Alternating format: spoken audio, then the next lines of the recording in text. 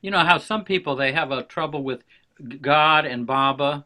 You know, how do they? How does that? What's the relationship? And some people have a trouble with God in human form, and that question had come up. Uh, and so yesterday when I went into the lagoon cabin, wasn't thinking about anything, and Baba kind of flashed this to me.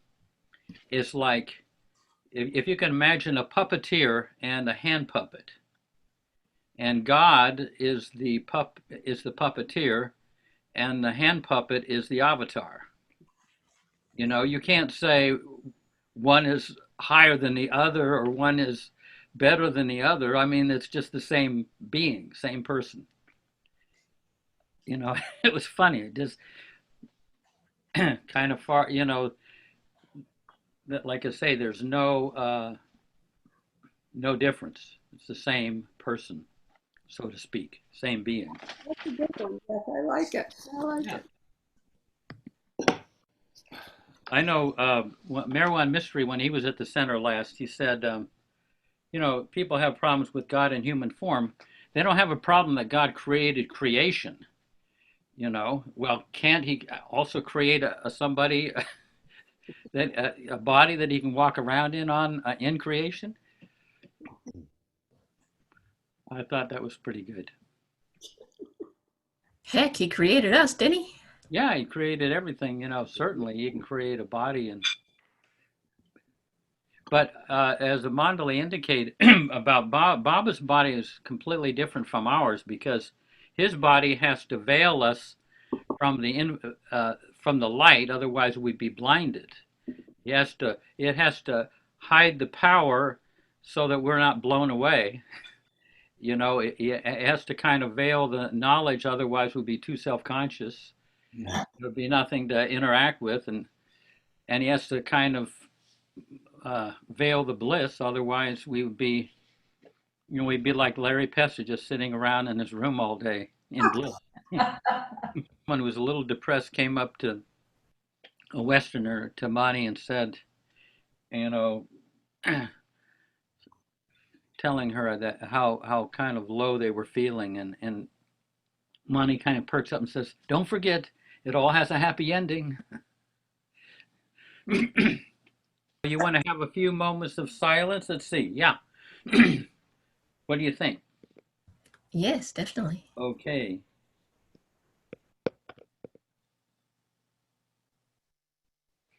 Jay Baba. So anyway, our routine is that Angela will scan the field and choose somebody to read. You can pass if you like, and um, and if each one just reads one of the sections, and then afterwards, anybody has any questions to ask or something to chime in, or any examples of what Darwin might be talking about, that's always helpful because Darwin, this is only 120 pages long, and I think if Darwin had had the time, he probably would have put in a lot of more of examples of what he's saying, and it helps sometimes to have those. And you folks were here last session. Darwin introduced this term called first cause. It sounds rather obscure and esoteric, but it's actually quite simple in concept. And what it means is that God is actually first cause. And God is not the effect of something. God was there all along, and so the creation is the effect from the first cause. I mean, Aristotle called it the unmoved mover, to get this whole thing going. So now, the thing that Darwin kind of pointed out is that we often look for the solution to our problems and happiness, and even God, we look for in the realm of effects instead of going to the source. And I don't know if that's clear, but So kind of going directly to Baba is where this is the best place to go for solutions and happiness and all of that. So here's how Rumi puts it. Rumi says, a bird is soaring high up in the sky, while its shadow races along the ground below. You are chasing the shadow, which is only a fleeting image of the bird. Even if you shoot all your arrows in your quiver, you will not strike your prey. Dear one, do you think you will find the one you are looking for while hunting in the shadows of the world? And Jesus said, seek ye first the kingdom of heaven, and all things will be added unto you. And that's the same kind of theme. Now that's heaven with a capital H, not the lowercase heaven that's the opposite of hell, that state between lifetimes. Anyway, Darwin used to give this example of on waking up in the morning is like arriving at a railway platform with all these trains set to go. And he would say, stay on a platform with Baba for a while and let him choose the train for you to take. Don't jump on the first train of thought, the first stream of emotions, or the first course of action. Otherwise you might wind up in Missoula, Montana, or Newark, New Jersey. Our tendency is to wake up and then you just grab the first sanskaras that are there, and that fuels your day. And he says to kind of stay, don't go on to the realm of effects, get to the cause. Get with God's programming, Baba's programming, and let your day start from there. So that's just a little intro on first cause. Okay. We are on page 81, God's programming. All right. God's programming, but there are no contingencies or limitations with God. So instead of continuing to struggle with conditions, we need to back up and go straight to the divine beloved as first cause. The omnipotent one who is our friend, our beloved, who wants our freedom for us even more than we do. This means that we focus on the Master or God as first cause, the cause of everything that happens to us. Then we respond to the consequences of his programming as first cause. We respond to the meaning the effects that result from all the qualities that he is, his omnipotence, his omniscience, and his omnipresence. Doing this changes our own thoughts, our consciousness, our subconscious, and our environment. You have to understand that as first cause, Meher Baba, the God-man, is completely unlimited and undefined in the sense that no one can circumscribe him because he is not bound by any contingency. All the seemingly solid barriers are nothing to him. We need to put our full attention on Baba and not bother with circumstances, all the lesser things. By living at the level of cause and effect, the level of conditions, we are subject to worries and all kinds of illusions, and we experience doubts and fears. Do not bother about that level.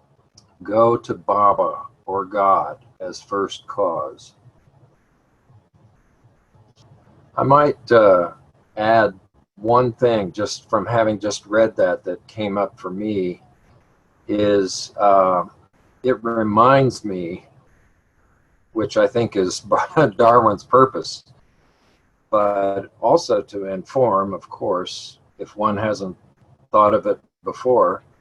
It reminds me that indeed Baba has this potential to work with me in the most comprehensive, magnificent way when I remember him in the way that Darwin is describing and recommending to me in this little passage. Just, Baba being beyond any limitations, descriptions, or anything else, but wanting more and better for me than I can want for myself.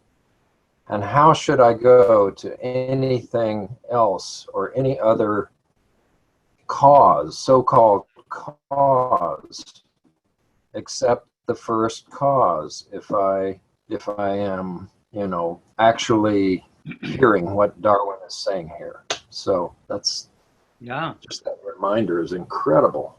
Yeah, beautifully said, Dan. Yeah, I mean, he's trying to get us to, encouraging us to just go directly to Baba and not try to solve all of our problems down at the level of cause and effect. And you have to be practical, but not, it doesn't become our way and goal, you might say. Beautiful. Any other hands that went up? Janet Jacobs. Yeah, my question, my question is, I just wondered if someone could give a more practical example of doing that. How they, I mean, like, I'll do things like, can't find my sunglasses, and then I'll look around and I'll say, Baba, where are my sunglasses? And I mean, it's kind of crazy, but he leads me right to them. Yeah. But I mean, that's something, but I'm just wondering on the bigger issues of our lives, how does that, I'm just wondering if people have examples of that. Yeah. Anyone want to respond there? Well, I'll just mention one thing, like just the AA programs. I mean, they all have brought in, instead of working out your addiction on your own, you appeal to the higher power. I mean, they are taking it full advantage of that linkage as a way of getting over addiction. And in a way, we all have various versions of that paradigm, I would say. But any other hands? Laika, go ahead. Yes. One year, Darwin gave me a birthday present, and it was a book. And inside of the book, he wrote, "Focus on the first cause, not the circumstances."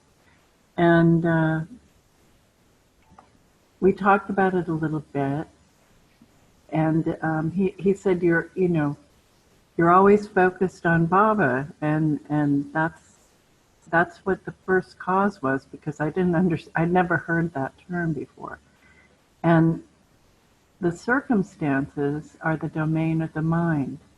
And when we focus on the circumstances, we can just get lost in a myriad of thoughts, about what's happening, or what we're perceiving. And when you focus on Baba, then all that can fall away long enough for him to kind of clear you so that your mind isn't running it and you're just with Baba. And I still always forget to do it right away, but I'm getting shorter and shorter distance between realizing my mind is just going over the circumstances and analyzing and intellectualizing and worrying or fearful or whatever, and then just pulling back and going, okay, focusing on you, Baba. Just being with you, just your image or whatever's available to me at the time in my heart. And it just takes me off that little hamster wheel of the mind with the circumstances. And I'm better able to hear or see a new solution to whatever I'm dealing with. I just wanted to share that. Yeah. Not one example, but kind of. Yeah, excellent. Yeah, everything that like said is very true. My take on that particular section, as simplistic as it may sound, is that in the spiritual realm, that's where everything is caused, and on the gross plane, we live the effect. Yeah. And we live the effect just determines in who we are. Good, better, and different.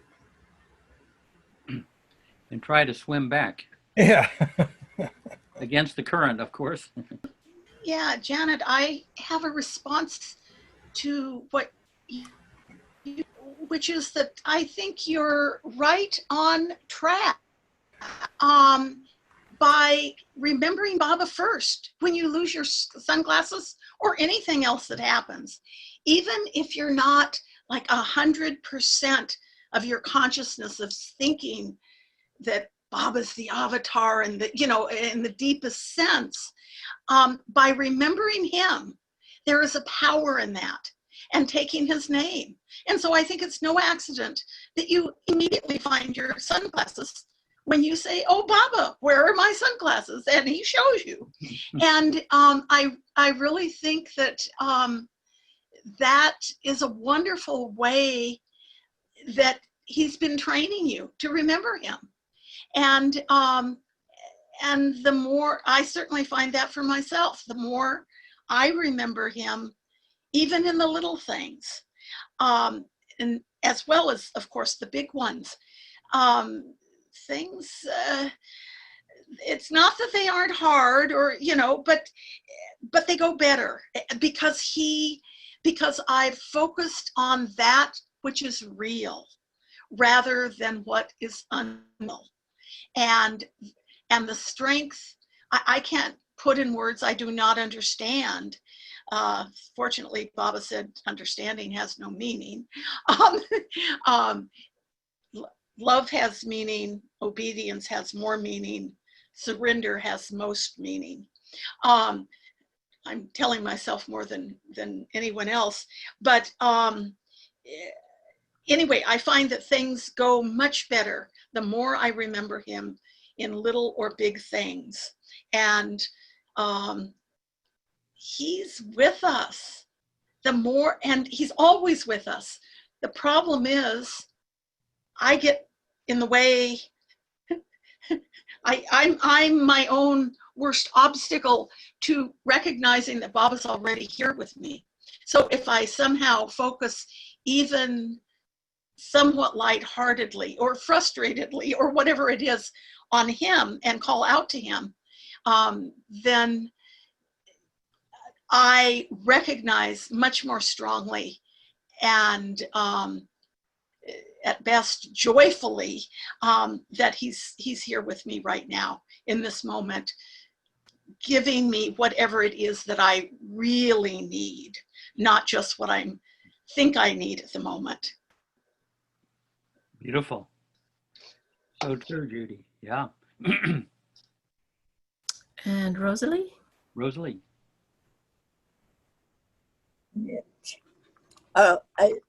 I see it's in the next chapter, but that causeless cheerfulness, that always kind of caught my attention, causeless cheerfulness. And now that we're speaking of the first cause, you know, it's kind of interesting.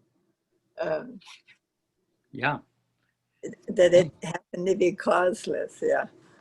Yeah. Yeah. Or Darwin would say happiness for no reason. Yeah, yeah. Yeah. And Peter Salamasi? Yeah, hi. I was trying to be as silent as I could. I was really trying to be silent, but some subject just drew me in, and I had this burning desire to say something. I didn't understand the paragraph, but let's just say, and I don't feel comfortable saying this, but going from a God that seemed very damning, that, Mayor Baba being like I will crush you if you don't do everything I say you're going to do. And I went through the steps the way the AAs went through in the 1940s and 50s with good old Mickey Kroger. He agreed to, help me out with that. And I wanted Mayor Baba then to be a God that would, instead of crushing me, being, I'll take care of you. I'm going to take care of you. And it's my job to protect you through all this. And I combined it with a technique to get goals of mine. And I realized that when it come to doing things that I absolutely positively dreaded doing, like getting a new car, getting a new place to live, when I started focusing on the picture of the feeling of getting these new things, Mayor Baba kept on saying, I'll take care of you. Don't worry about a thing. It'll all unfold seamlessly. It'll all unfold like perfectly. And the darndest thing is with the goals, short-term goals I set, and this is a new happening, the short-term goals that I set did in fact happen seamlessly. And they backdoored me. It's like Baba just like tapped on my shoulder and the solution just came seamlessly. And maybe that's like an example of going toward first cause. But also, how many times has it happened recently when I've been frustrated on not being able to get the little itty bitty things done, and I finally, in frustration, say, "Will you help me?" Boom, and the answer just comes instantaneously. And I don't want to admit it, but I kind of look up and say, "Okay, thank you." Like, you're there, I get it. You're there to help rather than hurt. And I need a lot of these references to enforce the fact that Mayor Baba is there as a lover and protector of me and all, rather than the opposite. So I just wanted to felt this burning desire to give that example. So I'll pass. Thank you. Excellent, Peter. Yeah. And Meher Prasad. Yeah, I thought I'll give an example of what I experienced in the past year or so, several times in various situations. But one of the situation I came across was, Darwin talks about when you look into the cause and effect level, you will experience doubts and fears. And that's exactly what happened to me. At work, I thought if I didn't do something, I would lose the job.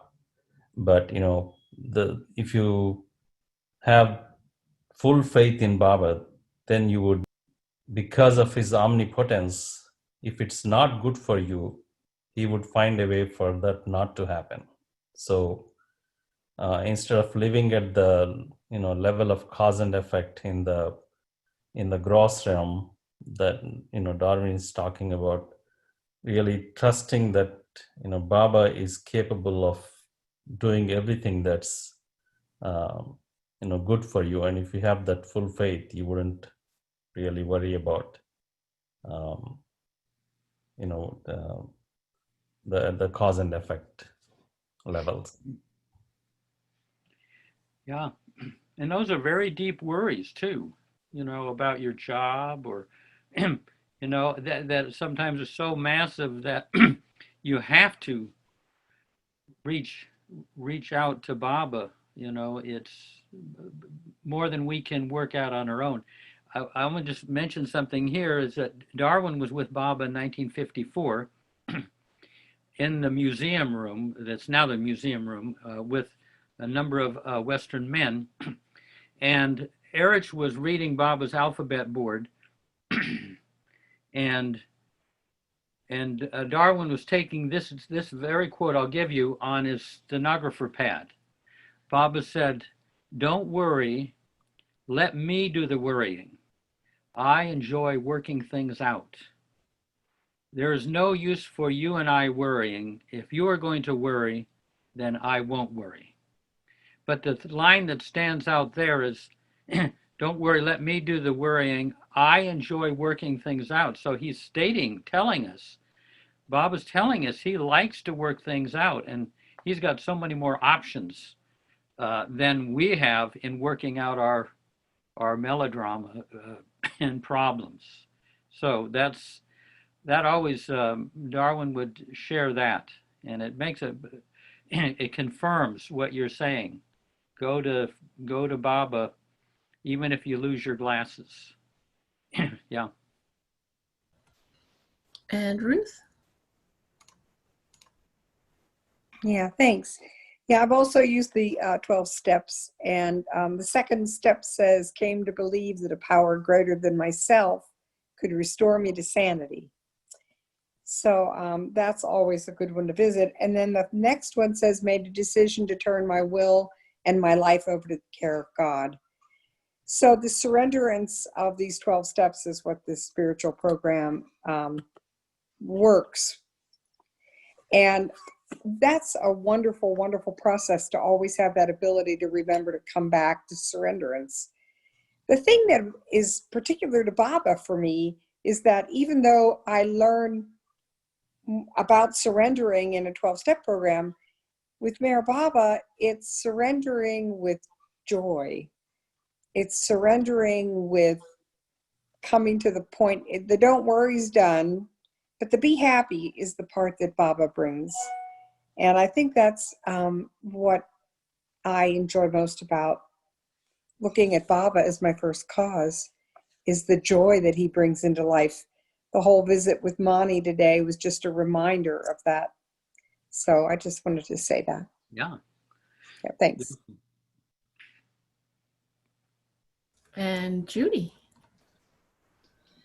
Speaking of the joy, Jeff, your quote from Baba, that he enjoys working things out, seems to me to be an excellent qualification for the possibility of a creator. Like in a job interview, I think that quality that Baba wants to work things out, and he created them all to begin with. Anyway, it just struck my funny bone. Yeah. And I thought I'd share that. Okay. Look at Janet, what all came up from your question.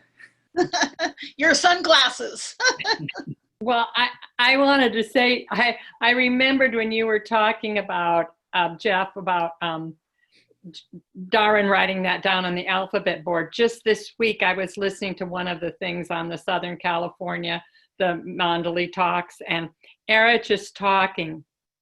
It's in the Avatar collection.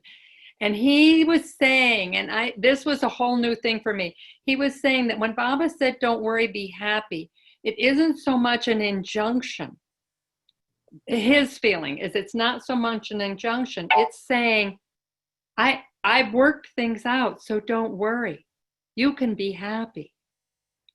It's more of an opportunity rather than like, don't worry. Like, you know, do what I say, don't worry. But it's more like, no need to worry. This is mine. I mean, that was something new to me, and maybe the rest of you are more aware of that than I am. But yeah, no, beautiful. He's offering that rather than demanding it. Or yeah, beautiful. Yeah.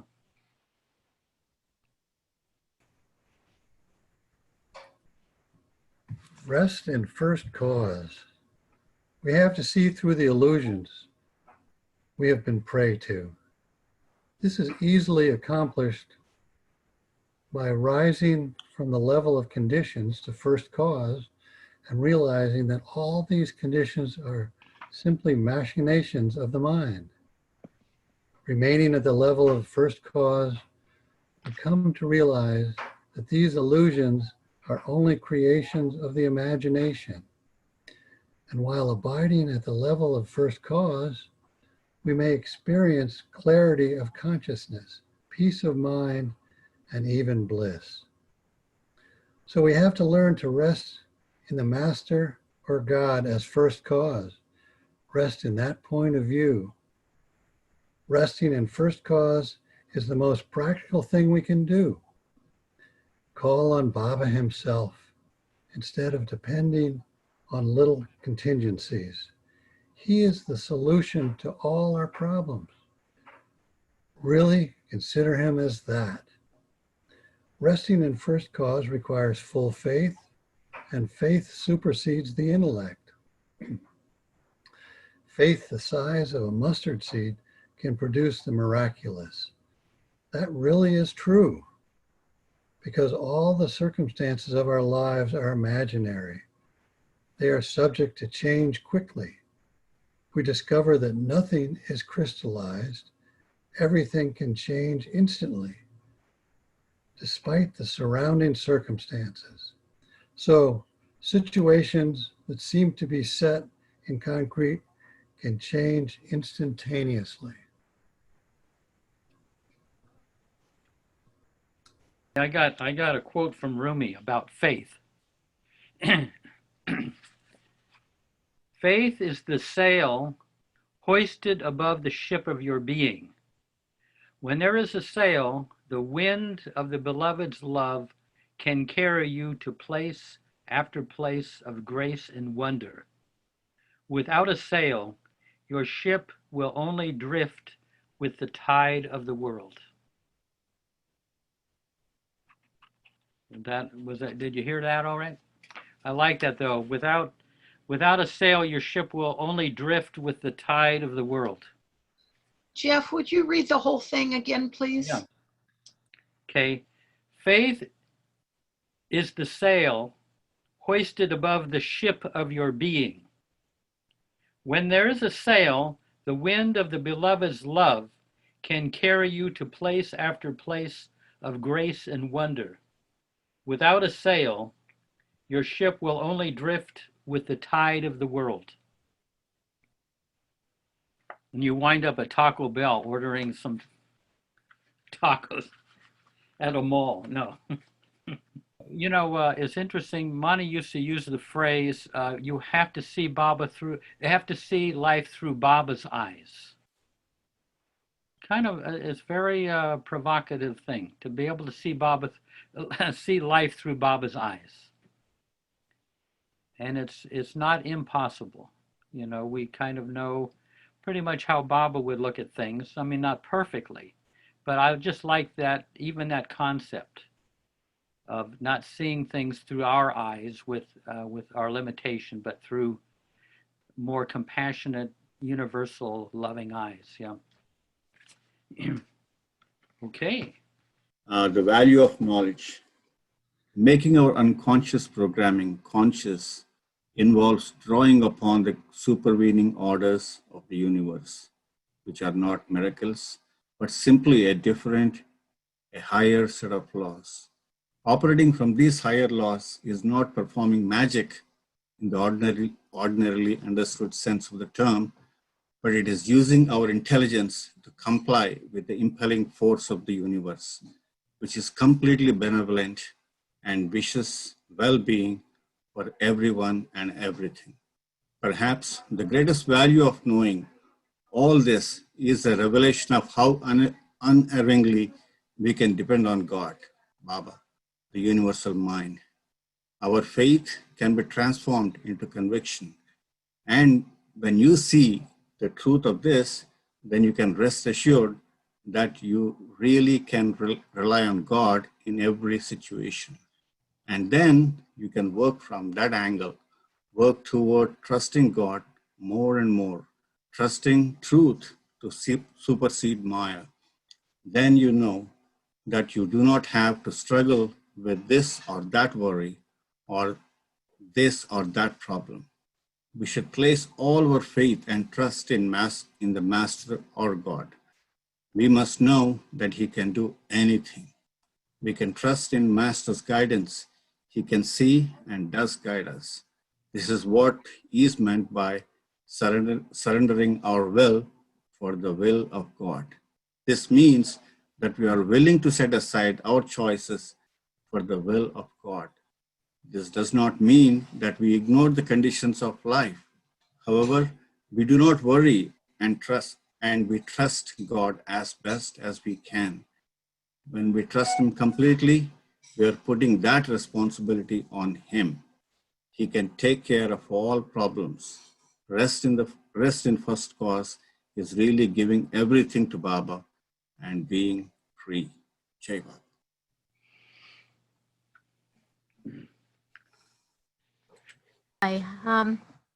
I was thinking, a lot of the messages and guidance on first cause seems to have a lot to do with being in tune with Baba and trying to make yourself aware and conscious, and then, getting his guidance through yourself, maybe through your intuition, which is an important skill, I guess, to have. And I was thinking there was a woman, a Christian metaphysician named Florence Shin, and she wrote this book, The Game of Life and How to Play It.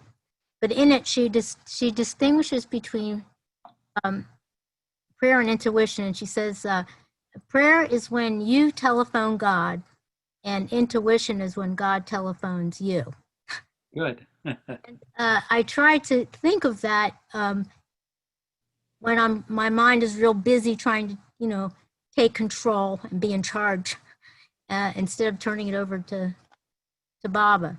It always helps me to, step back and step aside and listen, be quiet, and just listen. And usually Baba does, he does take over for sure. But I think that other step of, he's going to tell us what we should do in the body, he's guiding us. So anyhow, I thought I would share that. It does help sometimes. Yeah. Just like finding your glasses, it's, we get clues and cues, right? But if we turn it over to Baba, he kind of tells us what, where to look, what to do, right? How to do it. So it's kind of important. Yeah. Yeah, just kind of keeping that relationship ongoing through the big, like Judy says, the big things and the little things. Just always keeping that connection. And Robin, go ahead. It's really a struggle for me to, I feel like I get how Baba, he's first cause, and I can keep giving him all the situational stuff. But I also feel like he keeps sort of upping the ante and making it more of a challenge to let go and let God. And it feels, it's like it's not important in a way what actually happens. What's important is our relationship with God. But it just seems almost impossible to I get that and I remember it and I spend time in it, and then the situation seems to take over and go around that loop a lot. And it's just a big challenge. But I also wanted to mention that step 11 of the 12 steps is sought through prayer and meditation to improve our conscious contact with God, praying only for His knowledge of His will for us and the power to carry that out. So it's just another of the 12 steps that just tries to really develop that relationship. And it feels like the stuff that's happening is just a vehicle to try to really open up the door with God. But it's really hard to, it almost feels like I'm not supposed to feel upset or sucked in by what's happening in the world. And yet it's so compelling So anyway, it's just an ongoing struggle. That's all I have to say about it. Thanks. Yeah, and it it stirs us. It's like the sand in the oyster shell that produces the pearl. That irritation kind of. It would be nice if the pearls would just arrive, on their own, but they don't. This is so powerful. I just feel like this is something that can be read over and over again, and it just, to me, it really feels like we're being genuinely pardoned by Baba and, Darwin as Baba's representative, being pardoned from ever having to worry about anything ever again. And it's like, if I can really understand what he's trying to say here, that Baba has already taken care of everything, the entire life has already been planned out and worked out in such beauty and glory and perfection. And that all these things that quote unquote go wrong, I mean, at least from what I can see looking back in my life, it hasn't been things that have gone wrong. It's, different relationships, different jobs, different things that crumble away that have perfectly paved the way for the next part of the journey to unfold. And you look back and you're like, oh my God, that was brilliant how that relationship ended. It was incredible how that job just started going wrong, and this led to this, and it seemed like it was the end, and oh my God. And then this other thing came along that was twice as good.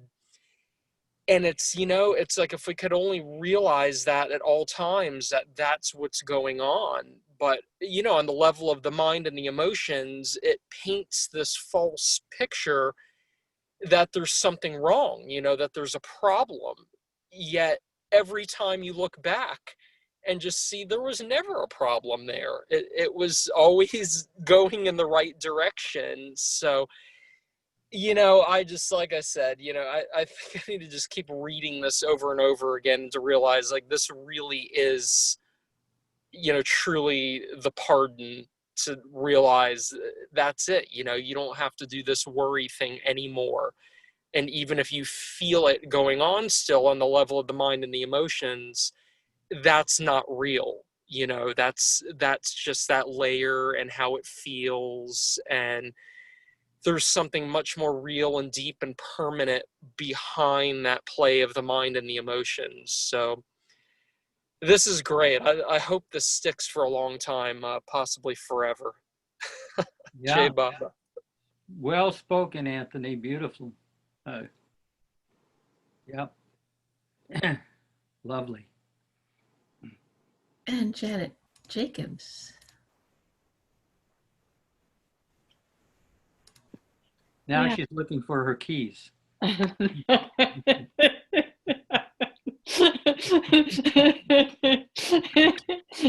Right. Well, I was going to say, into what reference to what Robin was saying, I noticed that when you said it kind of gets harder, I noticed that when it's the things that are the deep,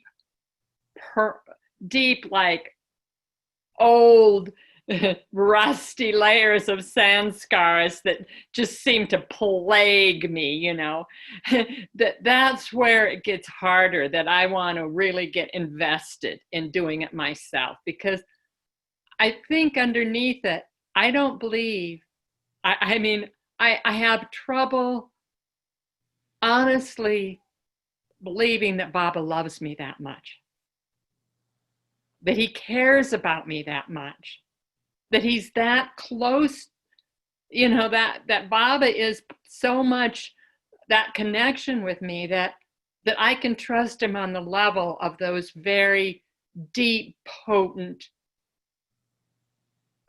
gritty sanskaras. And so that's all I wanted to say. Yeah, no, lovely. Wow. Very touching. Yeah, and Darwin would say, he loves and adores you no matter what. It's hard to accept that but he what can I say? He he loves our company, and we don't always take make what can I say avail ourselves of that truth. You know that he loves our company. We may not love our company, or others may not, but he does. Everyone. Yeah. I just want to say, Jeff, that it really helps to hear you say that over and over, because a lot of times I also have a hard time feeling that, but I remember hearing you say it, and it helps, it really does. Yeah, yeah, and it is true. If we could see his side of it, yeah.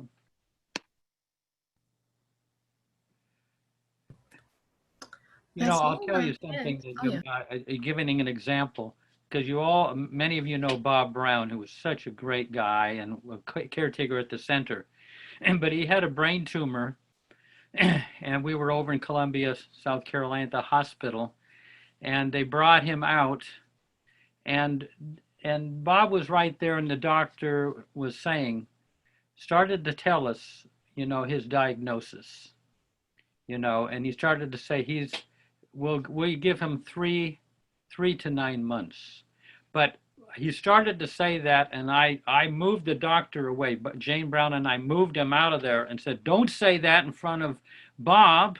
He'll die in 3 to 9 months. You know, you put that suggestion in, and you know, and according to the law, the physical laws, that might be true, but there are other what Darwin talks about supervening laws that can kick in. He went to India and he saw Mara and all that, and he lived for another 7 years. So it's incredible what his dedication to Baba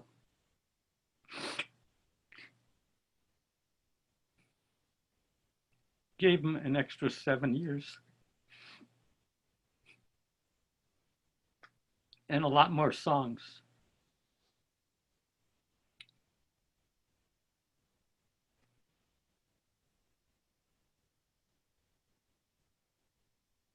And it's interesting, I'm quite sure he had a sense as a teenager that he would die of a brain tumor. Yeah. He was like Woody Allen, always worrying about having a brain tumor, and lo and behold, he actually did. But here was the interesting thing, and he was worried about dying, what it would be like. And I used to say, you know, Bob, you're using your present consciousness to imagine what's going to happen years from now. I mean, this is like 20 years before. You're imagining with your present consciousness what will be when you finally die. You'll have an entirely different consciousness. You know, and sure enough, when he got close to dying, it was no big deal.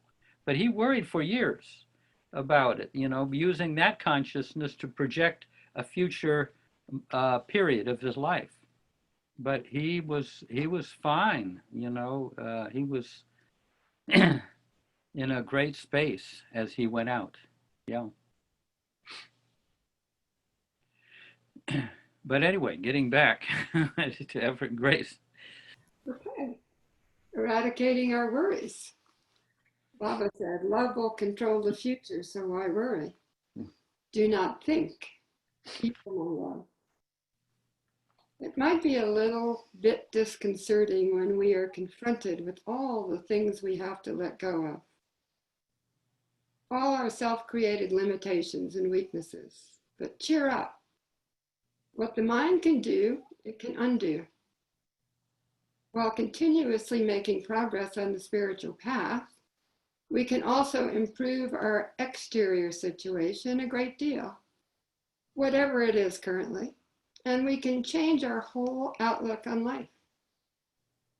Because our subconscious is amenable to hypnotic suggestions, it accepts and supplies whatever conditions we are programming through the universal mind, which is capable of responding to all our wishes and wants, our bad ones as well as our good ones. That is why, instead of giving us a long and complicated lecture on programming, Meher Baba gave us, in very simple terms, very, very simple terms, the formula. Do your best, then don't worry, be happy in my love. Program that, and all your conditions will change. And why don't you go ahead and read the next one there too? The great obstacle. Wonder what that might be. Baba says that worry is one of the greatest obstacles on the spiritual path. It connotes fear, anxiety, and lack of faith. It gnaws at the heart and interferes with our direct line to God. Worry is a form of fear. It creates turbulence in the consciousness that prevents tranquility and bliss. It is only when the lake of consciousness becomes calm that it reflects the glory of reality, of God.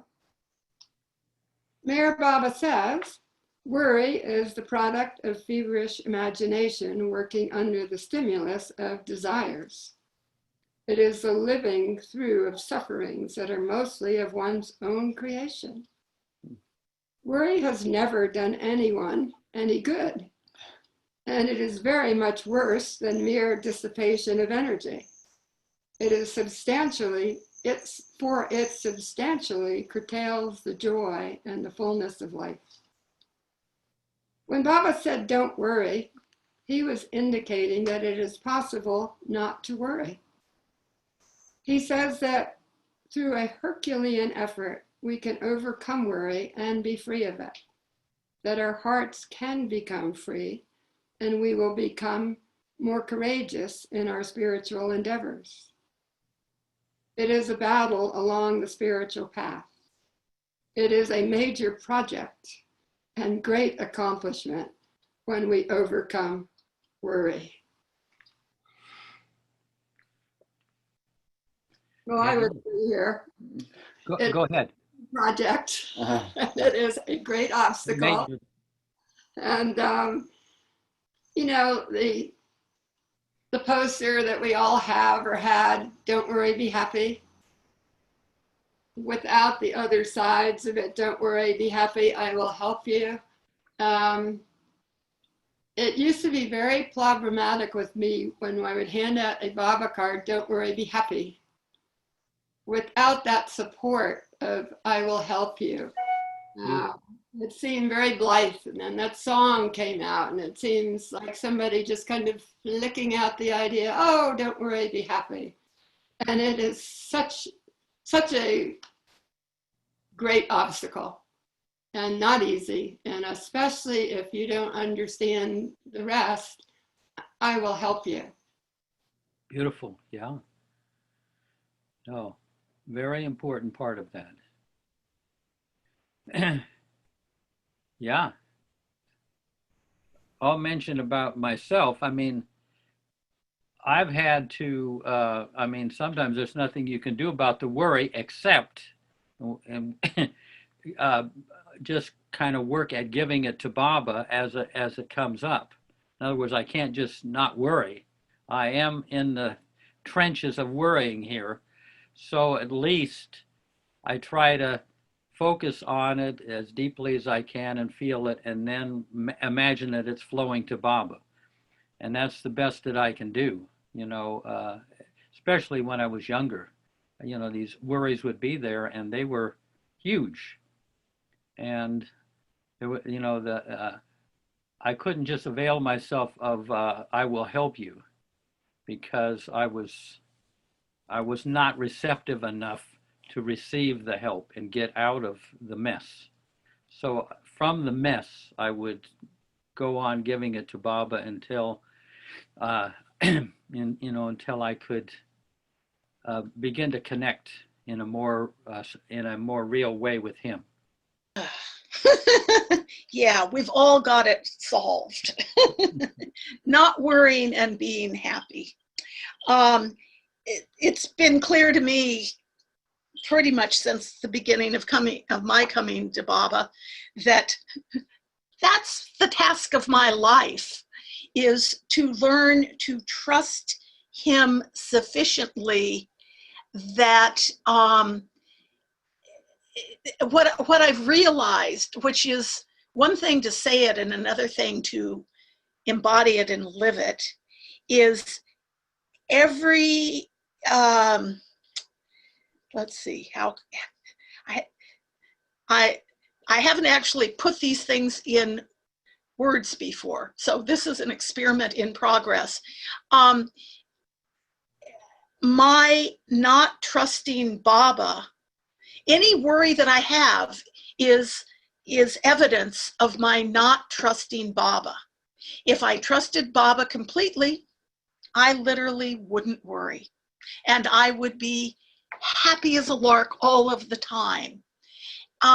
And so what I've focused on is trying to pry open my heart and trust him. And it's been, I do better at some times, and other times, I mean, I could say it many directions. On one way, I can look and see that I've been focused on this for decades now, and I can see in many ways how little progress I've made. From another point of view, I can see, I feel myself growing closer to Baba all the time, and ironically, even more so during this COVID situation where I've been alone, secluded with Baba.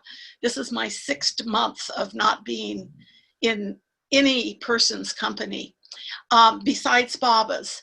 And so on one hand, I feel the progress, but on the other hand, I'll turn around, in another moment and recognize how far I haven't come. So I guess this is just an acknowledgement of, this is a really long trip getting to Baba's feet. So that's my momentary reflections on it.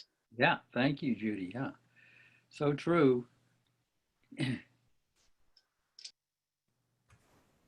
Elizabeth Robertson. Hi, so when I hear this, when I tend to forget, Baba reminds me, and there have been intense situations during which I was very upset. But looking back on them now, as we're talking about, I'm laughing about these things because Baba just comes out and says to me, "Don't worry, be happy." So one example is when I was working on my dissertation, and I had a meeting with a member of my doctoral committee, and I had to come in by metro, and it was a rainy day, was running behind. Constant problem of mine in this lifetime. I wish I'd get over it, but it's just awful. So I was just really very upset. So I needed to run to get a phone, and this was before there were cell phones. So I went outside the metro and went to a phone booth. That phone booth was dead. I went to another one. That one was dead. And finally, I got to a third one, and written on it, it said, "Don't worry, be happy, Mayor Baba." So I called, and I was able to get to my appointment. So that's one. Another one that happened when I was working at the Canadian consulate, I had an extremely horrible relationship with a very brilliant boss. And this conflict went on for years. And I had to outwit him in many cases to protect myself. But in any case, we had this one blow up that happened. I can't remember exactly what happened, but I had to drive to a meeting with a biotech company. So I was driving down the highway, and I was on the phone to my Baba contact. I might have been crying. I don't know. I was furious. I was everything. And then, no, maybe I wasn't talking to anybody, but I just remember all the all the emotion, the intense emotion. And so I turned down this street in Durham, which is about 40 minutes away, getting ready to get this appointment. And I look over, and on the right-hand side, there's this Presbyterian church. And the sermon for the next Sunday is "Don't worry, be happy." And I just burst into laughter. I called my friend and I said, "My God, Bob is right there with me." But I've had things like this happen to me over and over again. Not that, but and I will get messages from Baba. What I mean by that is I'll have a strong intuition to call this person or that person or do something, and I never know exactly why. And I'm sometimes wrong, but normally I'm not, and if I don't do something, I find out later I should have. And if I do something, I found out somebody needs to be comforted or encouraged, whatever. But anyway, it's just kind of funny to me how he just will pop up and just slam you over the head sometimes. But anyway, I wanted to share that. Yeah, great. Thanks. Don't worry, be happy for sure. Rivet that right into your brain. Okay, I just wanted to say that I find the first phrase really helpful, the do your best, because then there's something I can do. It's very hard to just not worry all of a sudden, but I feel like if I've done what I can and then I can let it go, and then I can try not to worry and trust that Baba will help me. But at least I don't feel completely helpless, that there's nothing that I can do. I can do my best, however meager that might be. Yeah, beautiful, exactly true, and very helpful. Listening to everybody in such a sincere and honest and heart-centered, heartfelt way, it's really helped me to go back into my memory about my life. And I've looked over the last many years, many decades, and I realized everything I worried about turned out really, really well. My life has come very close to death many times in my life. And I used to always say, "God, thank you for sparing my life all the times you spared my life." This was even prior to graduating high school. And I'm looking at the way my mind works and the conditioned habitual patterns of worry.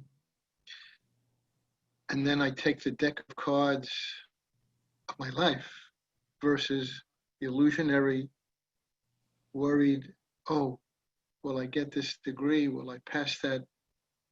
Will I get..." And somehow there's a part of me that actually knows that Baba really, really is guiding my ship and each of our ships as in lives. And yet the mind begins to doubt and say, "Oh, well, you're worried about the election, and you know that Joe Biden and Kamala should really come in as the light knights and do all the right things." And so I'm sitting here and I'm saying, "Relax, let go, Jeff. Just trust Baba as you've trusted him, as he's made it so clear to each of us in different ways, and you, Jeff."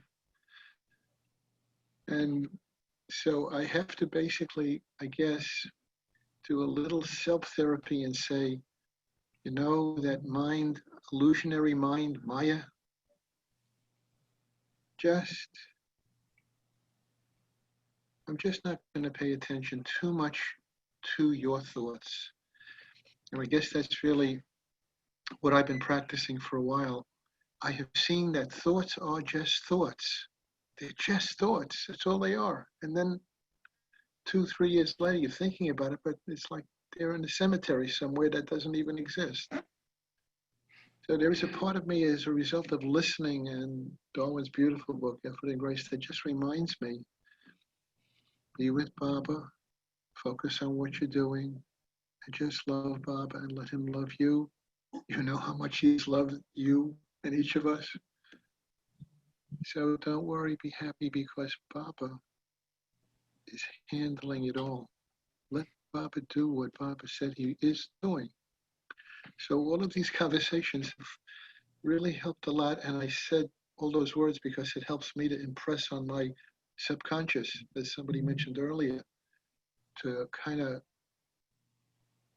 give the Baba loving kind of encouragement to yourself sometimes. Just everybody's conversation and tone and words really was very, it's always been encouraging, today especially. So thank you very much. Thank you, Baba. Yeah, Darwin used to talk about how powerful the mind is to sabotage our joy, seemingly in very legitimate ways, But he used that word tyrannize, the mind tyrannize and sabotage our joy. And I know Bao Kalchuri was asked if there was any such thing as a devil. And he said, yes, the human mind.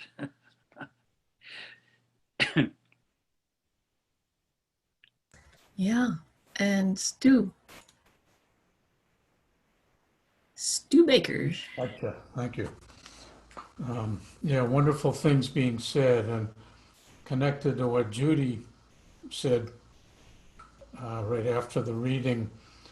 This came up at a meeting yesterday, but for years I've repeated what Baba said in the morning. Say, Baba, I now begin entrusting all thoughts, words, and deeds to you. At the end of the day, Baba, I now entrust to you every thought, word, and deed, good and bad, during the day. So I've done this for years, but Baba actually said do it 5 minutes at a time, in the morning and then in the evening, which I was not good about doing. And more recently, I've really been doing that, and I find it quite amazing. Talking to Jeff about this, and it includes, so all right, if I have been worrying, I can entrust my worry to Bob, and the fact that I was worrying, it handles everything, all thoughts, words, and deeds. And then it brought me deeper thinking, what does it really mean to entrust it all to Baba? And it seems like this infinite journey of doing that better and better, hopefully. Yeah, very touching, beautiful. It's wonderful to hear all of this. It really is.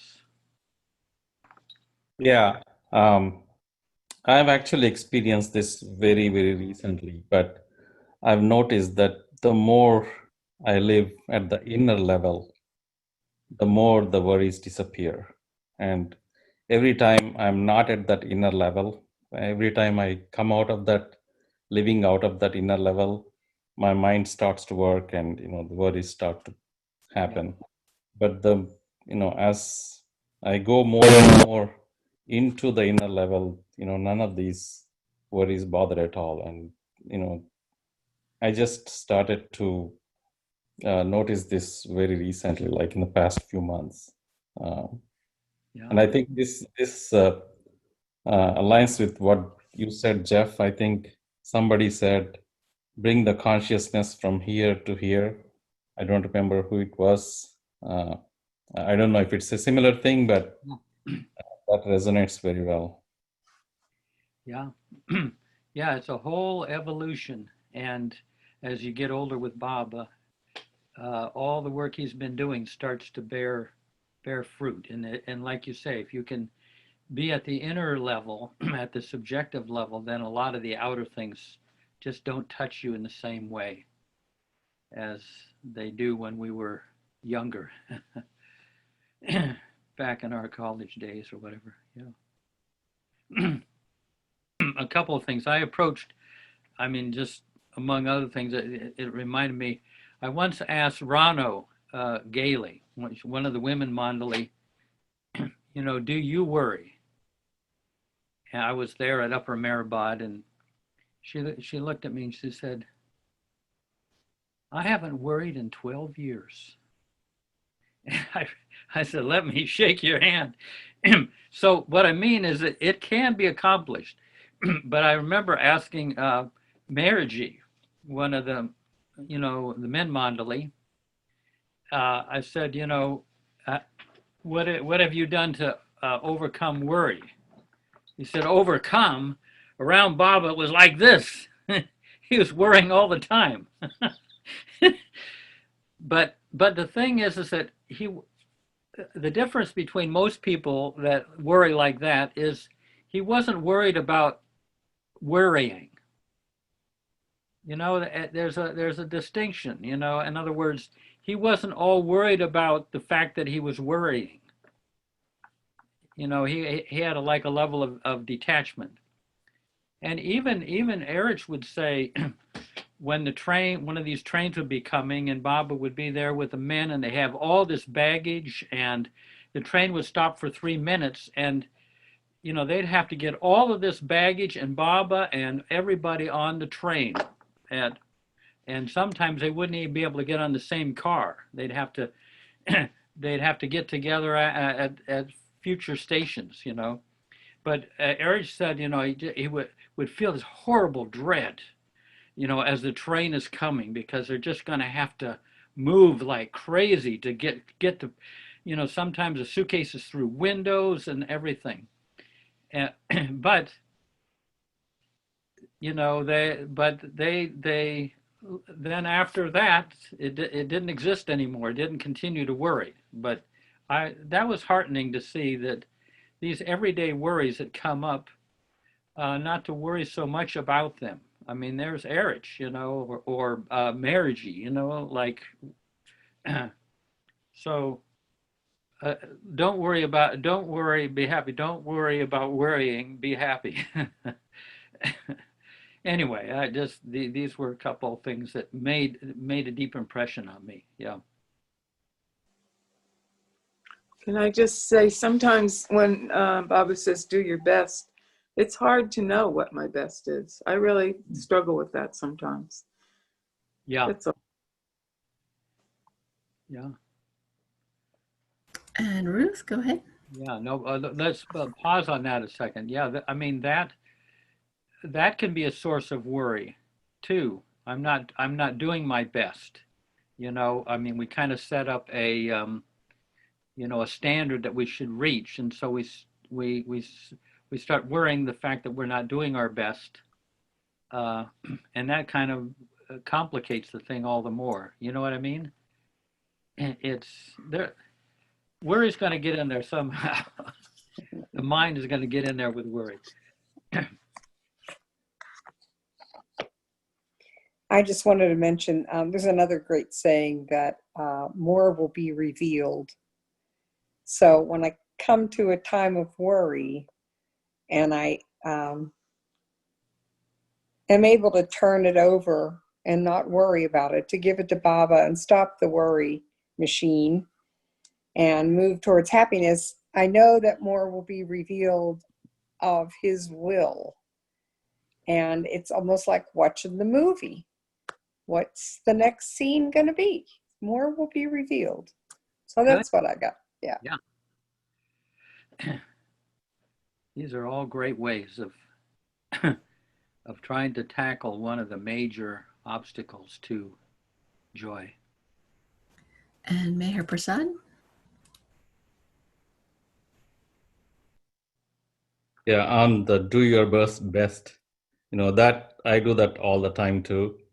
I worry that I'm not doing my best all the time, but I think it's a good thing. It's not, it occurred to me that not everything is bad when we worry about not doing our best. For example, if you think you're not doing your best in remembering Baba, it's a good worry. There's nothing, that's not a bad thing. And I constantly feel this one too, where I don't feel like I'm doing my best at work. So I think, that's a worry I have, but I think that's a worry that Baba likes, that I'm not doing my best at work. So some things they're okay if we worry that we are not doing our best. Beautiful. Yeah. That's my take. Yeah. The trying, even if you're not, that you don't reach your high standard, but the trying is doing your best, I would say. Beautiful. Yeah. And Alan? Yeah, I think this shows up personally when I have something that I have to do, maybe a project, something that I know that needs to get done, especially at work, or even if it's like a home project, and I get overwhelmed. So I just feel like in my head, what happens is like that feeling of I just can't do it. It's too much. There's all these other things I have to deal with, and then the worry of not doing the thing that I need to do, my responsibility starts to build up more worry and build up more tension. But I realized lately I've just been sort of like trying to jump into those scenarios and just saying, I can do this. I can, yeah, I know how to do this. Absolutely. Absolutely. I know how to do it. And I just almost like believing, like being an actor, like, yeah, no, I don't know. Yeah, there's only like 3 instructions for how to put all these pieces of this bed together. It's going to happen. It's going to happen. And then when I do that, I just like, I'm thinking of Baba and I think of like his, I don't know, I just feel like his strength or something. And then I find when I get to the place where I'm actually there, it's not as bad as all that time I spent worrying about it. It's really not as bad and I can solve it. And it's just one step at a time. And so that to me has been very helpful to recognize it's really all in my head. Every time I put that my hands up and I'm like, I can't do it. That's when I know I'm lying to myself. I can do it. If I try. Maybe some things I can't, but I'll keep trying. No. Yeah, Baba said, if just think of you as the greatest actor, one of the greatest actors, and then it'll unlock the creativity, unlock the and overcome the anxiety. Yeah. There were a lot of nods on your share, Alan. And Stu Baker? I think it often maybe comes down to doing your best to do your best. Yeah. And leaving it at that.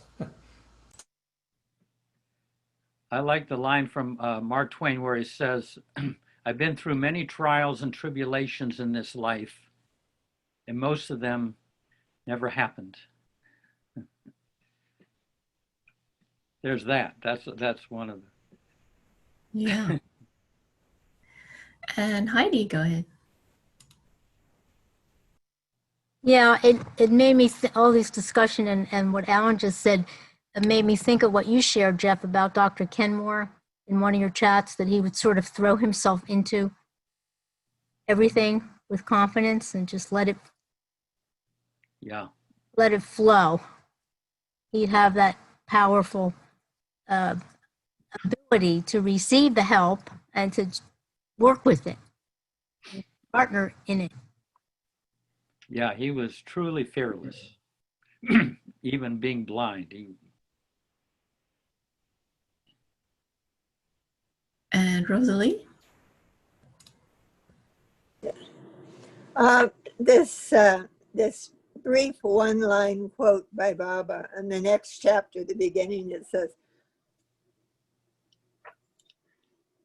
love will control the future, so why worry?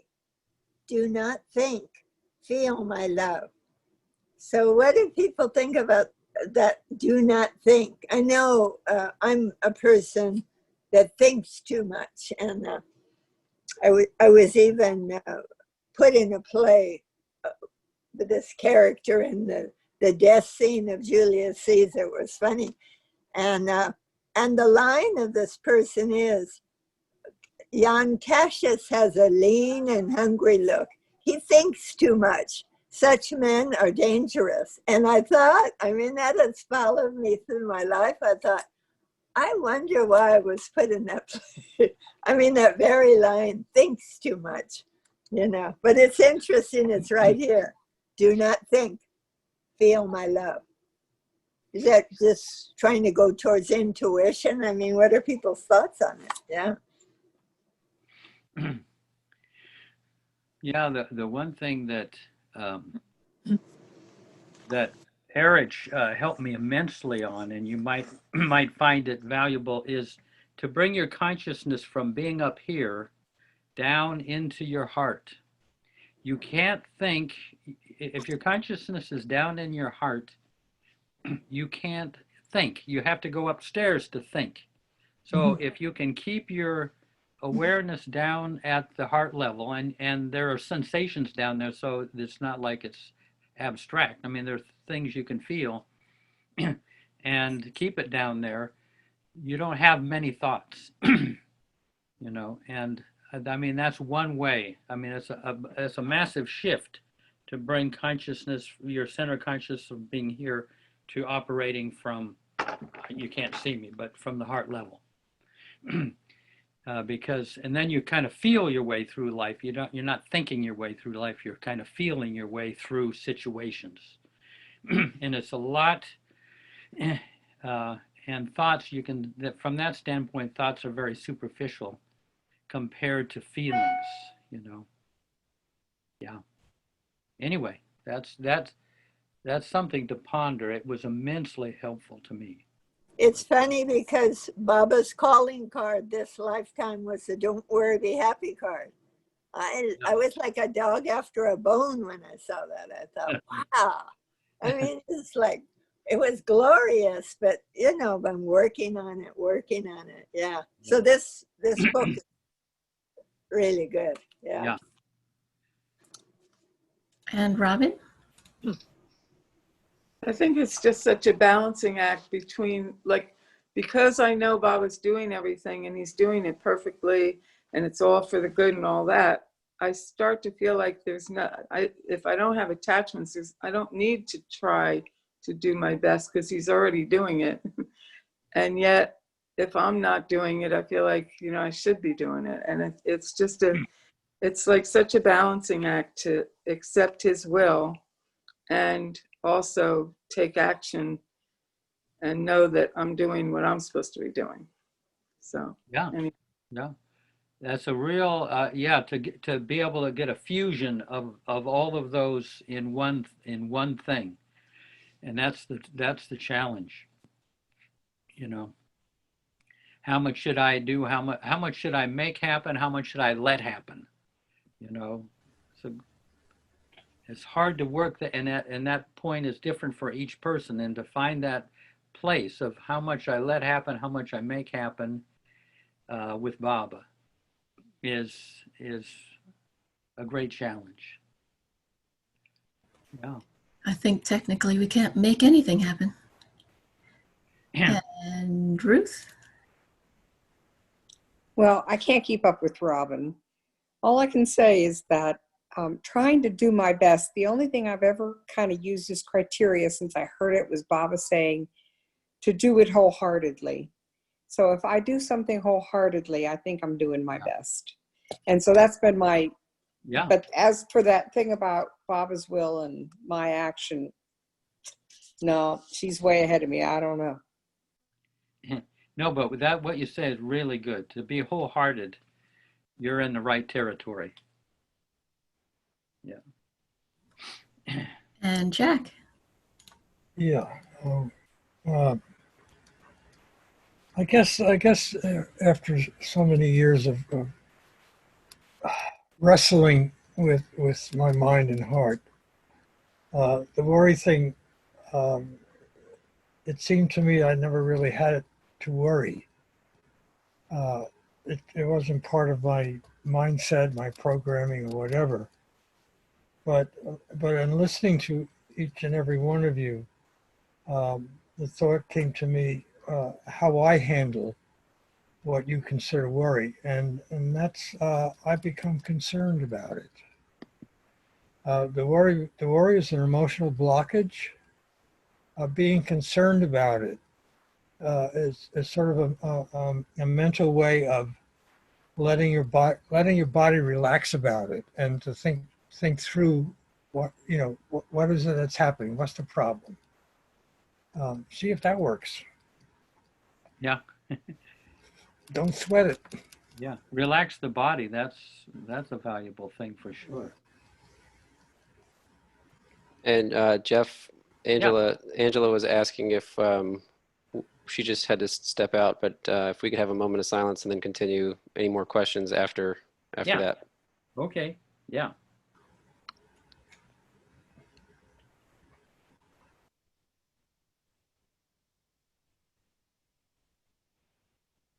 Jai Baba. Hi, Jai Baba Jeff. Yeah. I was just wondering if you could give an example, some real life example of how to bring your consciousness from here to here. Well, when Erich brought that home to me, fortunately, our emotions and our feelings and our love interface with our body, but they basically interface in the heart area. You know, in other words, like right in this moment, bring your consciousness down there. Can you feel a sensation? Oh. That's with your consciousness, you can track your feeling. And if you can stay down there, now to stay down there at the heart level is very difficult to plant your flag there, because in the heart there's a lot of pain and suffering and wounds and hurts, but there's also a lot of joy and enthusiasm and everything. It's hard to stay down there. Like say, suppose, suppose I insult Alan there, and it hits his heart and it hurts his heart, and immediately he'll go up into his head. Okay, now what I'm going to do? I'm going to stay, watch out for this guy. This guy can hurt me. In other words, and ideally, can you stay with the hurt instead of going up and letting anger feed a strategy? It's hard to stay at the heart level when it's hurt, when it's anxious. I mean, who wants to stay with anxiety when you could just go up in your head and leave it behind? You don't really truly leave it behind, but it's hard to get to want to experience it directly. But if you kind of, I mean, I'm just saying what Erich conveyed to me when I was young, keep your track with your awareness, track how you're feeling. And what he conveyed to me is how you're feeling deep down. If you can get to how you're feeling deep down is how Baba feels when he lives in you. If you want to know how Baba feels, not how Baba feels as the avatar over there beyond all this, how he feels when he's with you. That's how he feels. It's actually one way of focusing on Baba directly. It seems like you're just you're indulging in focusing on your own feelings, but that's how Baba is feeling as well, right along with you. But it is hard, like I say, it is hard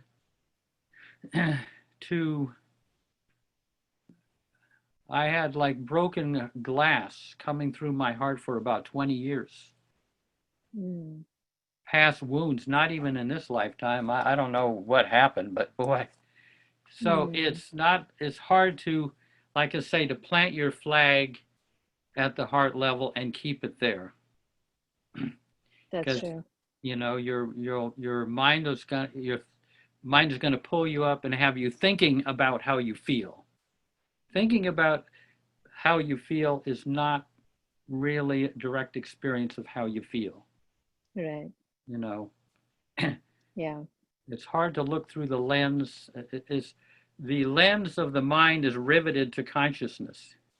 I say Baba's got to go in there with a sledgehammer, break the bolts, so that suddenly consciousness can drop from the head to the heart. Yeah.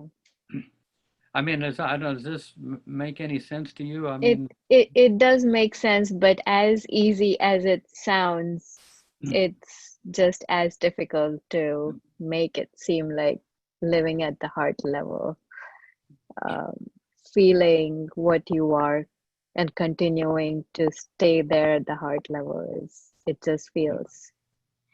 yeah, you're tracking the flow of your feelings, your emotions. Yeah.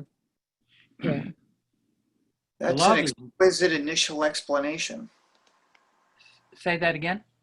That is an exquisite initial or beginning explanation. Yeah. Yeah, it's it can be, it's well worth it. I mean, does that ring a bell? I mean, you folks we're all doing this at some degree. I mean, and anybody else can I chime just, in. yeah, I would just say once for a number of years, I kept a journal every day about what I was feeling. And I only had 5: mad, bad, sad, glad, and afraid. And then I'd write which one it was and why. Mm-hmm. And it wasn't that it was so revealing, because every year I could reread it and it was the same things as last year. The feel, yeah. But it did reveal to me what I was really feeling as I felt it. It just sensitized me, if you will, to what was going on in my feelings and in a deeper part of me. Rather than thinking my feelings, I was starting to feel them.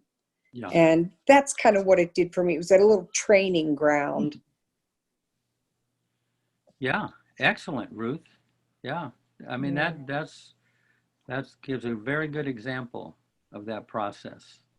Jeff, what I like, there he is, what Mayor Baba said was that worry was really fear. Right. And so sometimes when I'm a great worrier. I come from a family of worrying people. And it's been my biggest challenge. I mean, I fear going to the doctor. I fear waiting for the results. I mean, I don't know what happened to me medically in my last life, but doctors freak me out. Anyway, I have learned that, Baba's so true. It's so true that worry is really fear. Yeah. And years ago, I read a book by Eugene Gendlin from the University of Chicago, and it was a book called Focusing.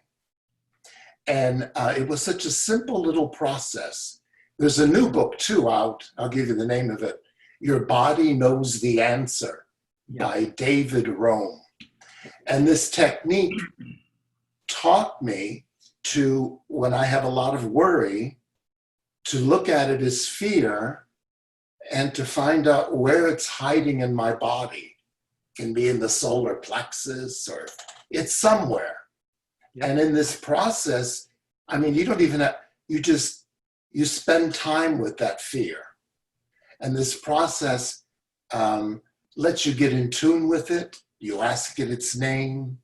It's like an onion that unpeels itself until it gets to this point where there's a shift. May not disappear totally, but you definitely know that there's a shift in that consciousness. So that to me is the beautiful thing that Baba said, was that your worry, which is going on up here, is really a fear. And it's easier for you to get in touch with that fear. And sometimes that fear is so surprising because it really doesn't have anything to do with your worry. It's something else. So it's just a beautiful process that I suggest. And I want to thank you for all your beautiful comments today. Living here in Arizona all by myself as a Baba lover, there's not that many of us in this state. It's such an intimate relationship with Baba. And it's so special to spend time with other people that have the same beautiful, intimate relationship with the same person. We all have the same lover. And that's a wonderful thing. Thank you for being here. Thank you, Baba. Larry, that you You described it very beautifully. And it is on your body. I mean, that's what I found. You can experience it.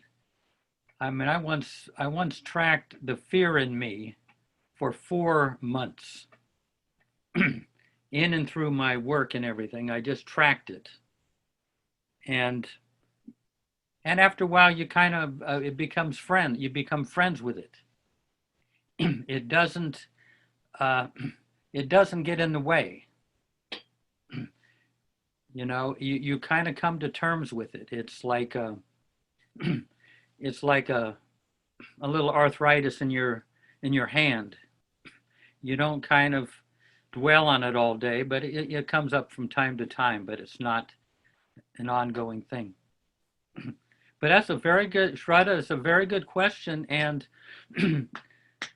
these were real essential things that Erich would occasionally, you could get out from him that were very helpful. Anyone else kind of find a way? Yeah, we have Elizabeth with her hand raised. Yeah, Jeff, I didn't quite follow what you meant by the shards of glass. Well, it was feelings, wounds and hurts from other times coming through me.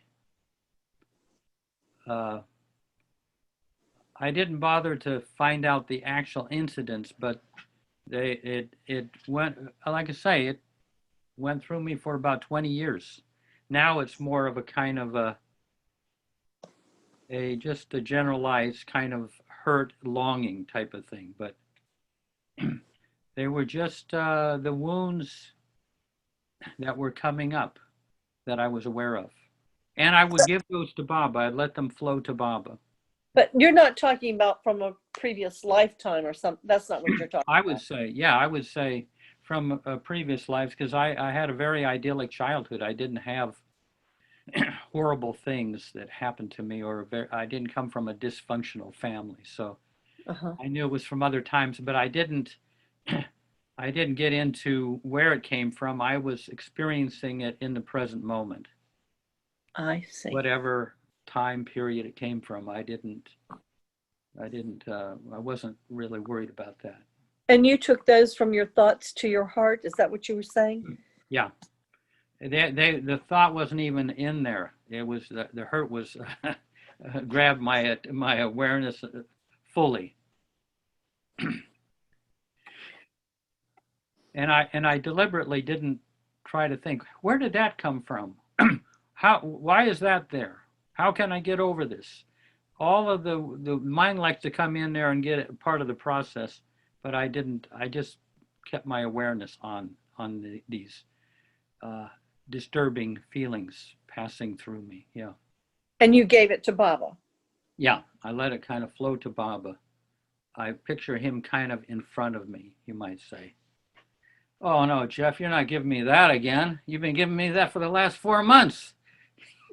Give me, I mean, at least Ruth gives me 5 different things. Thank you. We have Thea. Yeah.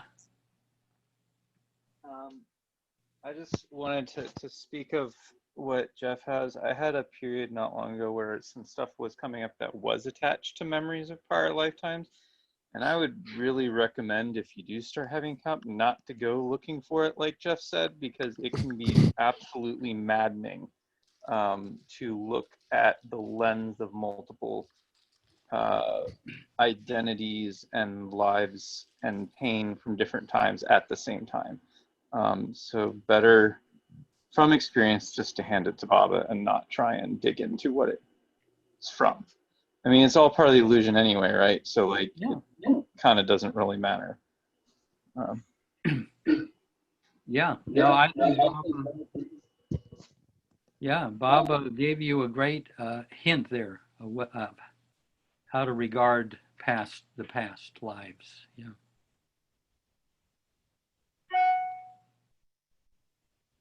If no one else, I don't see anyone else's hands, but I have a comment, Jeff. Yeah.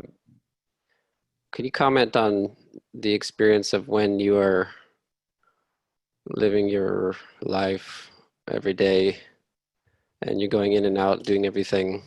And you might not, I think we've talked about it before, one of these late nights, but you know, where you're doing everything and you don't necessarily feel, you know, the honeymoon, the love of Baba in your body, but there's the semblance of his presence is still there, and his for me, for example, like you know, I go through days of work or other experiences that are quite trying on my mind and my body, and I can't necessarily think of Baba and you know, feel loving thoughts towards other people or towards myself even sometimes, but there is that slow kind of like I was mentioning, the veil, seeing through that little place, that little, it's like a little place to the side where you can see that you see and feel everything you're feeling. You're not ignoring it, but you also can see and feel him in it, even if you're, like, you know, for example, having panic, or if you're feeling anger, or if you're feeling overwhelmed or stressed or whatever you're feeling, there's a sense of him being there, and therefore it's almost like he's like a net, and you only go as far as, you know, you can go pretty far with depression or sadness or whatever, worry, but I feel like that story that somebody told, I think it was Peter, he was saying that child that was, they let just walk around, you know, crawl around, and then when it was going to go too far, Baba picked it up and put it and said, that's just how you guys are, you know, like you think you're going to just go way far off, but he's actually literally there with us. But even if there's this thing about not feeling him, you know, like a lot of the time I'm really not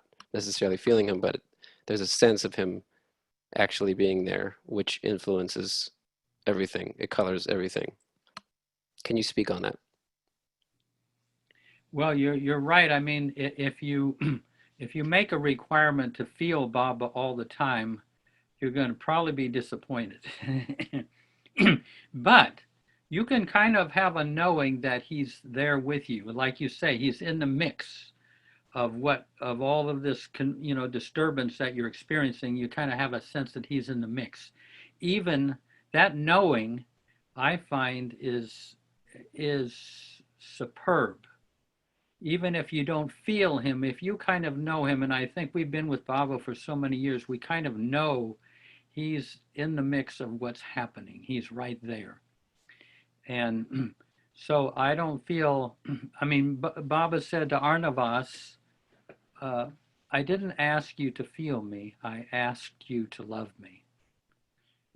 And the feeling is, I mean, in the beginning, you know, the feeling is so uplifting sometimes in the honeymoon period that when it goes, you think, oh my God, what did I do wrong? Where did Baba go? But that just can't be sustained. But that knowing that he's there, that he's at the back, he's guiding, you can speak to him at any time. All of that is so solid. It is so anchoring, I find, in this life with Baba, in this world. Yeah, that it's a knowing. You know, Adi K. Arani used to say, conviction in darkness is God realization in disguise. What he meant by conviction that Baba is the avatar in this darkness, in this world. If you know that he is there, it's really, he went so far as to say that is God realization in disguise. We have within us the pearl. We know it's there. Now, we don't see it right up close, but we know it's there. And that makes all the difference, I find, you know. Yeah, thank you. We have Meher Prasad with his hand raised. Yeah. I thought I'll just read this. I'm sure all of you have heard this hundreds of times, but I remember this all the time. So it helps me on a daily basis for me. This is from Gift of God from Arnava's book. So it goes, other times we felt that Baba's attention was far away, that there was something else in his mind. Looking at his eyes, we would feel that he wasn't, quote, there with us, that he was elsewhere. Even then, if Mani stopped reading, Baba would say, quote, go on, I'm listening. So, that go on, I'm listening is something that I repeat to myself over and over every day. And it's tremendously helpful because in this paragraph, it says he wasn't there in quotes with us. And, correlating that with go on, I'm listening is tremendously reassuring. Beautiful. Yeah. Yeah, it's because Mani would say, okay, Baba, where was I in the middle of the reading? And Baba was able to tell exactly where she left off, even though he seemed to be asleep,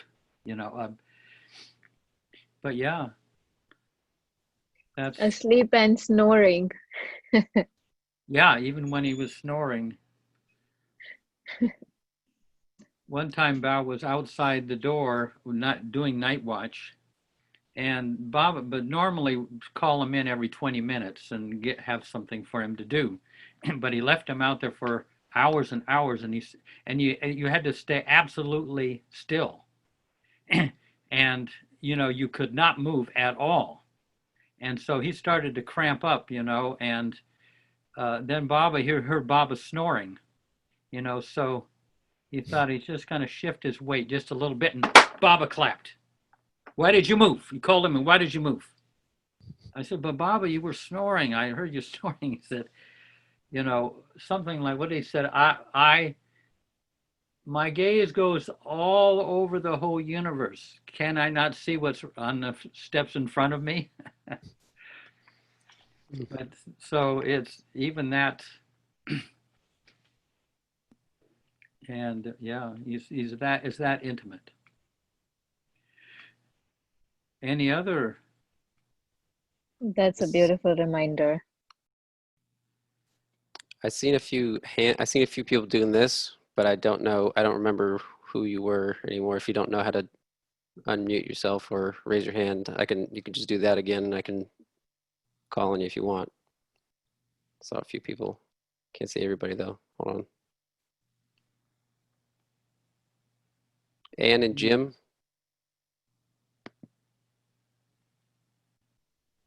Yeah.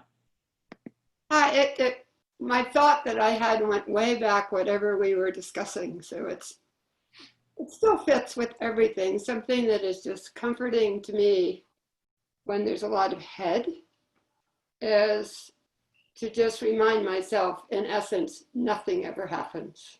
I mean, Baba has told us in so many ways in his writings, essentially nothing ever happens. So what am I having a problem about?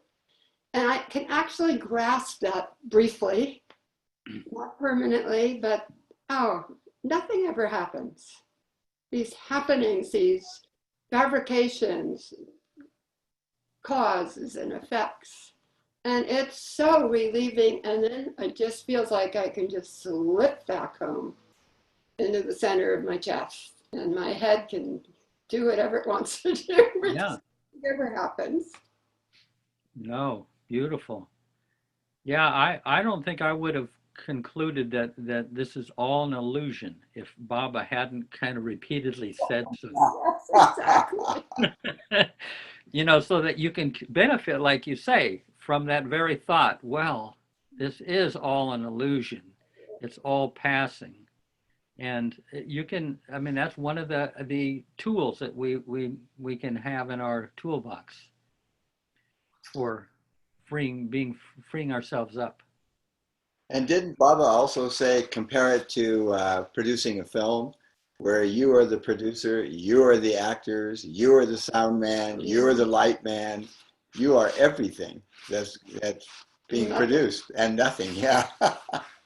Yeah. No, great hints and help to Baba. Anyone One of else? the, yeah, I was just going to mention, one of the things that's helped me, a couple of years back, I had pneumonia. I was in the hospital. I couldn't breathe. I couldn't lay flat. I was like sitting up for days and oxygen, the whole mess. And, you know, coughing. And it was just really pretty horrific. And I was worried. I started to worry because I hadn't laid flat in days and I was in this terrible state. And the worries were just flying around me, you know. I'm also a nurse. So I'm in the hospital laying in bed, being a nurse, thinking all this stuff. And so I remembered Baba saying that I could remember and use his name like a mosquito net. And that what I would do would be pull this net over me and then the mosquitoes couldn't bite. So if I could remember his name, it was like a mosquito net. So I started to sitting in this bed and I'm imagining a mosquito net over me. And I'm saying Baba's name over and over and over. And then I started to see the seams were maybe an inch, like muslin thick. And his name was like scrolling up over on these seams, Marababa, Marababa, Marababa, Marababa. And then this way, Marababa, Marababa, Marababa, Marababa. And I just cocooned in his name, I guess is the best thing I could say. And in that state, I was able to let it go, let it all go. And to just be with Baba and away from the worry of what was going to happen next, good or bad. So it was just that wonderful essence of remembering his name and using it like mosquito netting and letting all those thoughts just fight around out there, but they didn't hit me. They no longer got in. Yeah. It was just me and Baba. And then I had this image of myself coming, you know, at that night when things would get crazy. I saw myself kind of crawling around the ground and opening up this little door into the netting and coming in. And there was Baba waiting for me. And I came in and I just sat down there at his feet and everything was okay again. So it's just astounding what we can do for ourselves, of course, with his grace and his name. Yeah. Yeah, there's so many different things that Baba has, like in our, that he's provided in our toolbox that you can pull out to find that kind of freedom within. Anyone else? I didn't see any hands yet. But and you know, the thing too is that fortunately we all have many of the same problems, and you really benefit by hearing how other people have done things, you know, how they go about getting through these problems and these hang-ups and these challenges, because there are all many different ways that that we can avail ourselves of that we may not have heard of unless somebody else has made that one of their major approaches with Baba. We have Julie. Oh, good, Julie. Whoop, we can't hear you yet. You can't hear me. Hold on. Yeah, we can hear you now. You muted. Yep, there you go. Okay, so I was reading The Boys about the Brahmashram, and he had those boys stare, absorb themselves in his picture for 2 or 3 hours at a time, 6 hours every day. So like three sitting periods totaling to 6 hours, and sometimes in the middle of the night. So from 2 to 5 a.m. And I was so inspired to do that. And I got so much from it. I cannot tell you, just, I didn't time myself, but it was at some strange hour. And I got so absorbed that I could feel that I was being given wisdom. It was very potent. So I recommend that as a long sit to allow yourself to merge with Baba. Yeah, beautiful. Yeah, Baba's photograph, I mean, Baba said he can work through his photographs, and that's another way of drawing into that, into first cause, that deeper place.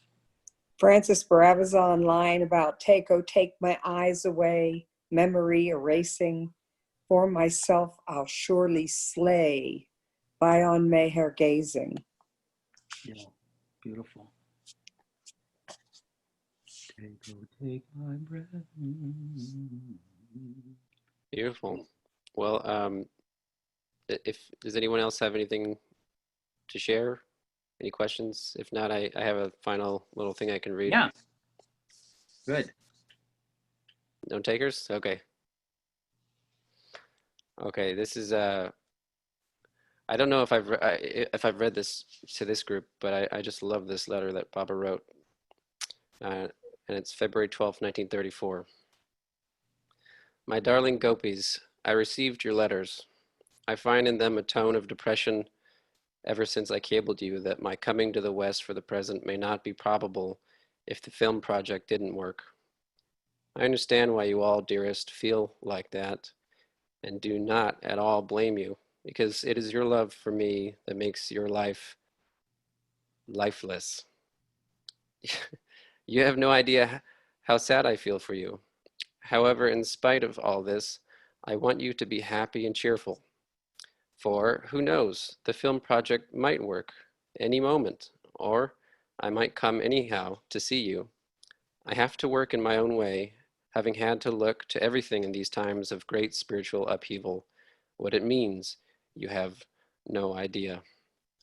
You all have to do great work for me in the future, as and when allotted to you, and you must be in full spirit and strength for all that.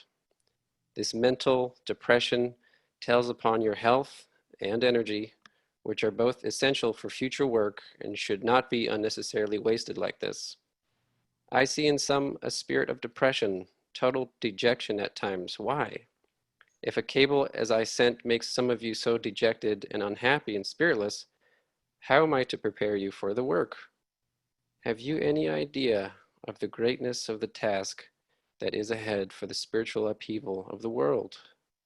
It will require a spirit that is prepared to face anything, rigid and immovable like a rock, weathering all blasts of wind and storms from all four corners. You all have in you latent that spirit and iron will, and I am working at all that to bring it out. But this means some of you don't want to let me do it, crying out at the smallest touch of the tender chords of the inner being. It means more work for me. I quite understand how you all feel. I fully well realize all your circumstances, family, social, and even national. I know all, how some of you have to look to questions of your nearest and dearest in family, how your close contact with me is an, quote, eyesore to society, and how it affects your social standing and even the national spirit, which clamor as they do at what they consider to be your weaknesses and whims. But to bring you all out and to enable you to rise above all this and see and realize life as it really is what I am working at. For you all have a very deep connection with me for ages and have a very important part to play in my mission, much above the ordinary problems of life on the physical plane, and much more important than the most vital questions and problems of the time engaging the attention of the world. But for that, you have to come out of all this mess of Maya, binding and illusion. I'm trying to loosen and untie one by one the innumerable knots that have surrounded your very being. That is why and how you quite unknowingly feel no interest in life at times, and even lifeless sometimes, in a world around you full of life and activities. In short, you have one step already out of the world, having risen above things to that extent, even though you are not conscious of it. I see clearly, and now I'm trying to take the other step out to make you free, untied from the bonds of Maya, to soar in the higher regions, where the soul, having realized itself, is the master of all life, love, and bliss, one with your beloved, never again to be separated. Remember, you are all mine, nearest to my heart, and ever in my thoughts. And this coming, going to and from the West is now to be settled once and for all. I want you to be with me, much more even than you want me to be with you. But there is an inward pleasure and happiness in our desires unfulfilled than in those fulfilled. The pangs and sufferings of separation are essential for the experiencing of the bliss of union. If there is no darkness, none would appreciate light. So if you did not suffer separation and feel what it means and get that experience, how could you ever have appreciated love? Now, I'm trying to give you something else, which will enable you to realize fully what real love is, by giving you experiences you never had, but which will teach you every step new aspects and the significance of love, which will bring you near every step at the same time, and at the same time prepare you for the future work that you have to do for me. You darlings don't know what it is that is going on behind the scenes, and in your utter childlike ignorance you cry, I don't want this or that, I only want such, and so on. That is why I am not at all angry or annoyed, but love you. Whatever you are mine, my own, my heart. Soon, great events of great changes everywhere will transpire in rapid succession, transforming the very ideal and outlook of life all the world over, and a new awakening for the life spiritual will result, as I have been repeatedly telling you. You are all being prepared for your different parts in this great divine drama that has to be enacted, and in which I am to play a leading part. Are you not glad that you have to play your parts with me? I am writing to each of you individually next mail. All my love, MS Irani. Beautiful. Wow. Beautiful ending. Alan, can you give a source for that? That was amazing. Yes, this is, I feared someone would ask me because I just lost the page. All right. But, No it's in this book, Love Alone Prevails. Okay. But yes, I'll go ahead and look for that right now if I can find it and send it over to you. Thanks. Yeah, sorry about that. Okay, let's have a few moments of silence before we go on.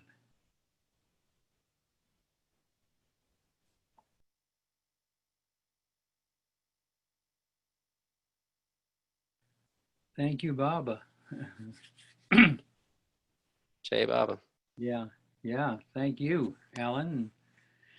Thank you, everybody. Alan, did you find out that page? I'm interested. Yeah, it's page 123 in Love Alone Prevails, my kitty Debbie. Thank you. 123. Yeah. 1, 2, 3. Thank you. 1, 2, 3. It's as easy as 1, 2, 3. Jai Baba. Hey, Bob, everybody. Jeff, thank you so much, everybody. And Jeff, this was just absolutely unbelievable tonight. Oh my God. Really profound. I feel so many things being released through these gatherings, emotions and just impressions and scars, really deep things that I don't even know what's going on while this is happening. And then after, I feel like a sense of peace. And it's just, and I'm like, I feel like all this love for Baba all of a sudden, just, it's like, oh, Maya is not going to win. Maya can, you know, it's like my habits or my patterns, my way of thinking, it's like, that's going. It's like those things can fade away. And I could just be present with him with that love, that pure love with Baba. And I just wanted to tell you that. And thank you. Thank you. I always felt like I had to do this by myself. I didn't think it would happen if I shared things. And I know I didn't share all night, but what? Oh, it's just a microphone. I'm sorry. Okay. It was my cat scratching the couch, and I was yelling at the cat. Stop! Well, J. Baba. Thank you, Marilyn. Thank you. Thank you. Yeah. So what's next, Jeff? Are you going to make some hamburgers? I might go for a walk. I am getting really kind of hungry. Yeah. Have you had dinner? No, this is so helpful. It's so helpful to me. Believe me. It just to hear all of this and very heartening that we're all trying to draw deeper, closer to Baba, and I feel from his side he's just so thrilled that we're so focused on all of this, and you know, from our side, you know. Yeah. He gives me the it's like that part in the prayers with the RT. What is it? What is Francis's prayer? Where I can't even remember it. My brain's so fried. What's the second song we sing? Australian RT. The Australian RT, yeah. Which part? The part that says, "Your love to bear me through the days." Yeah. Something. What's the line? I don't. Love to bear me through the days. Yeah. You are myself, I sing to you in praise, and beg your love to bear me through the days. That's it. Yeah. Till You are myself, I sing to you in praise. Yeah. Yeah. That's beautiful. Yeah.